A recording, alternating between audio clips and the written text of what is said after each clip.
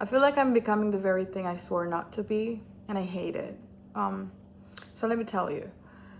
Today, because I'm living with my partner right now in here, I saw his clothes like all over the couch, and I have that sort of like criticizing side inside me, like why is it there? It just doesn't look appealing to me. And so I started becoming that annoying person. I went in with his clothes and I asked him politely, I said, don't you want to organize your clothes? And he said, no, I don't have the time, because I know it's super busy and everything. But at the same time, I'm like, what? So I just sort of like started putting it to his closet, to his wardrobe. And I organize everything, but I do it with this sort of like resentment, with this certain anger. And I don't know why I'm like that. Like, it's just so annoying that I'm becoming that person. And suddenly, like, now I'm remembering when I was back home, my grandma used to do the same thing to me. Like, she would ask me like, oh, your clothes is on the couch and it's been here for days. Why can't you just put it in your room? That's exactly what my grandma said to me. And I would like, ugh, I will put it in, just put it there, just let it sit there for a little bit. I will put it, I will organize it.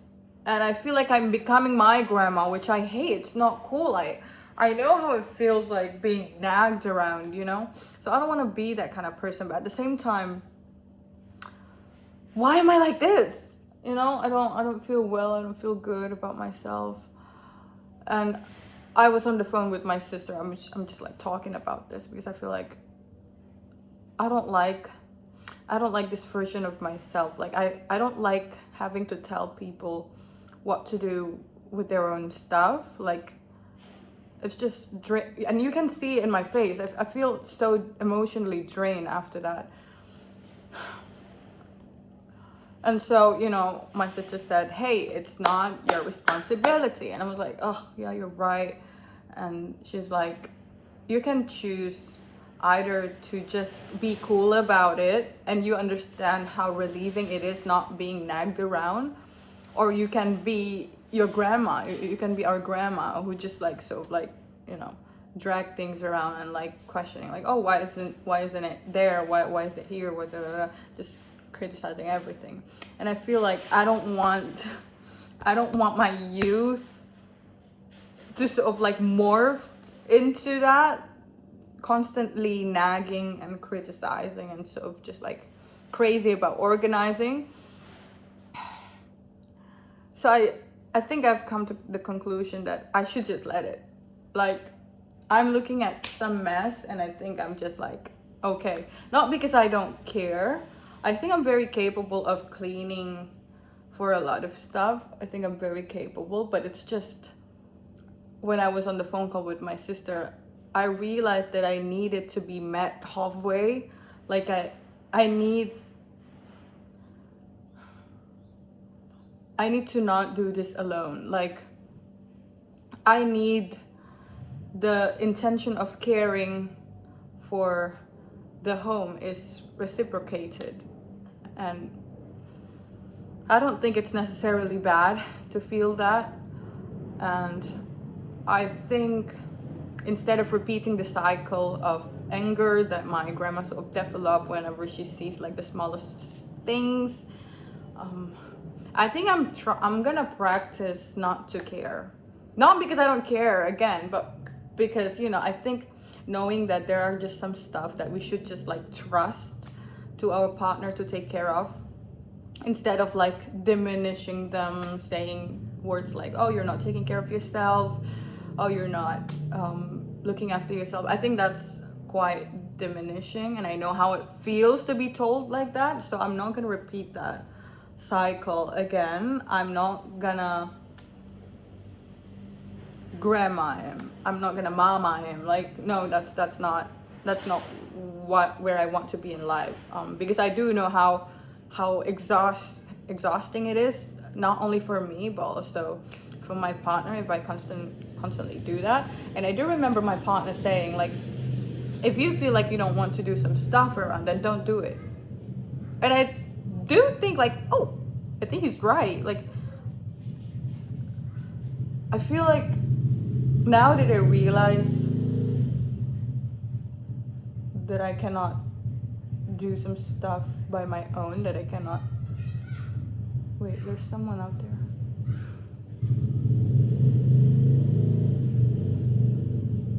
Sorry. Oh. Anyways, yeah, I don't want to be the very thing that I swore not to be, because it's not fun. I don't want to be the bad cop in this situation, you know? So I think I'm just gonna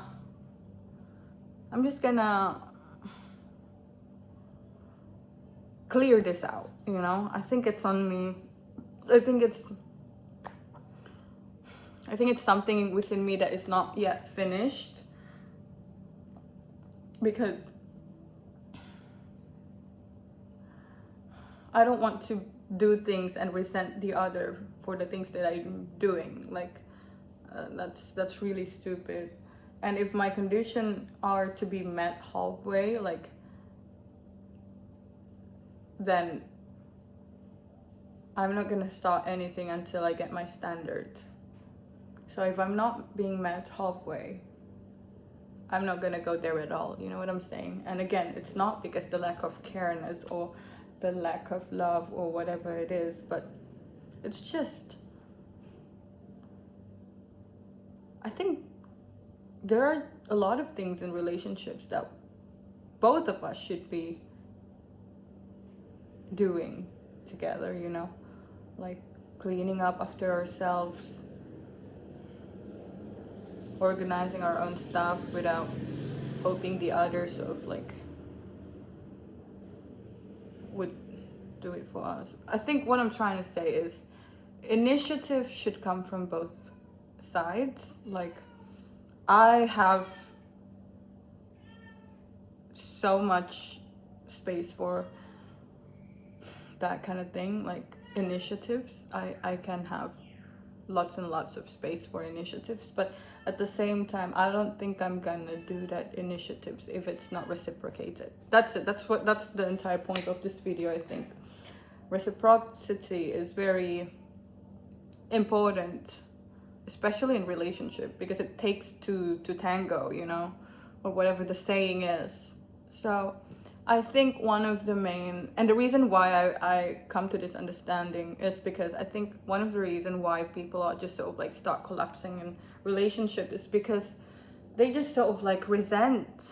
They do things and they resent because they're not being met halfway, and they started to resent, and it's just getting piled up, repressed, and it's piling up to a day where something major sort of happen and everything comes back, all the resentment comes back, and it's gonna feel very easy to just call it quits. And I don't want this to lead to that, because I've read a lot of journal that in a relationship, especially when you're living with your partner, the smallest of things really is important, like, you know, the socks, or just, you know, so some of the things that doesn't seem very significant, but turns out it counts a lot, it matters, you know, those kind of things, like how we show up for each other in our lives. Just, it's not always about the grand gesture. It's sometimes love that show up in the smallest of detail. And I feel like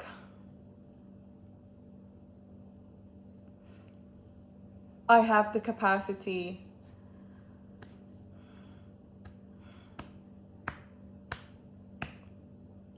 to actually choose not to become a sulking person. Does that make sense?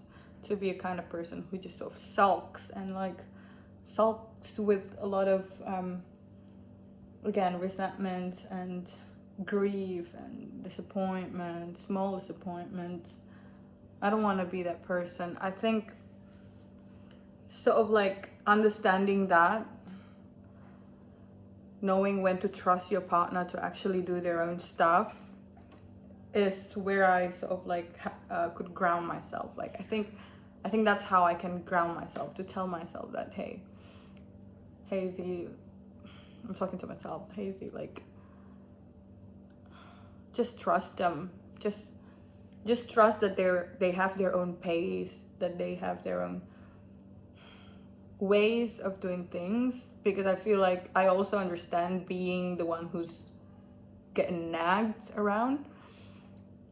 When I was nagged by my own grandma, I remember thinking like, oh, just let me do it with my own pace, just let me do it when I have the capacity, the energy for it.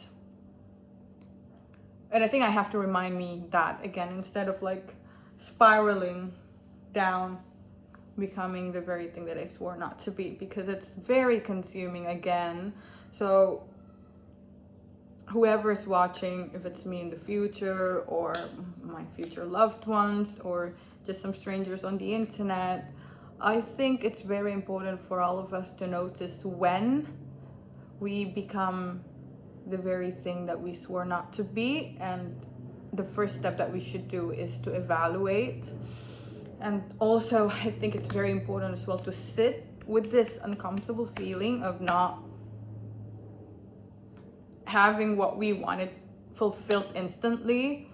I think what we have to recognize, especially in my case, is that everybody have their own pace. And I do understand that he's very busy.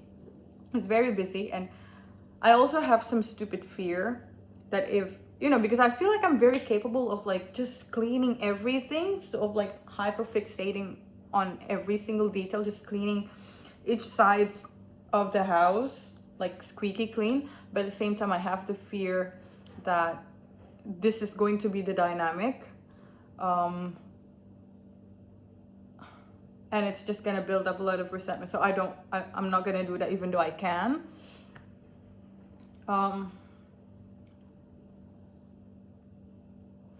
Because I don't want my partner to get used to the idea of just leaving a mess behind, a trail of mess behind, and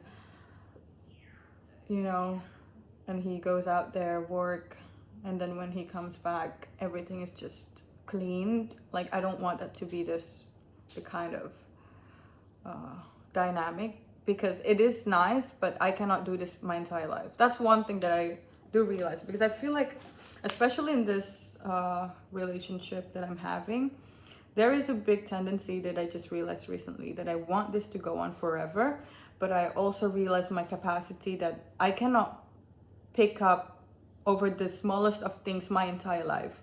I cannot clean up after someone else's, my partner's stuff, for my entire life.